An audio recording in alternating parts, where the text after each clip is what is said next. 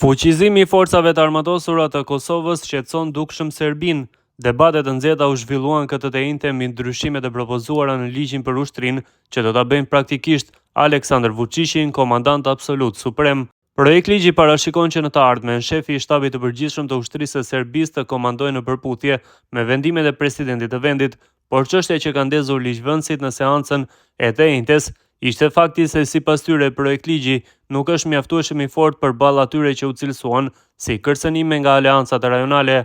Deputeti Branko Pavlović nga lëvizja Ne, zëri i popullit, paralajmëroi se Serbia po rrezikon interesat e veta strategjike duke mos përfshirë shërbimin e detyruar ushtarak në ligj.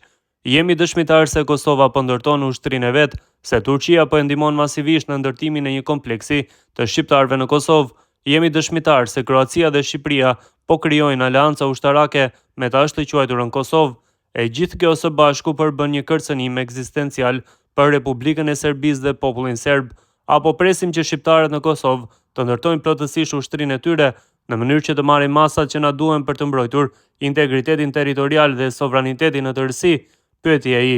Pavlović u shpreh se mungesa e shërbimit ushtarak e bën të pamundur formimin e një trupe të mirëfillt luftëtarësh dhe se Serbia po i nënshtrohet presioneve të NATO-s, që sipas tij nuk dëshiron të shohë një Serbi me kapacitet real për të ushtruar sovranitet në përputhje me rezolutën 1244.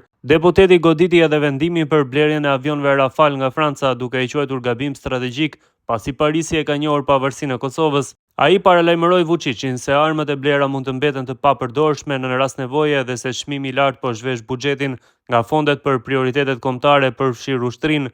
Debati pritet ta shpërstohet ditët në vijim, ndërsa qeveria kërkon fuqizimin e kontrollit presidencial mbi ushtrinë dhe opozita paralajmëron rrezik të sigurisë kombëtare.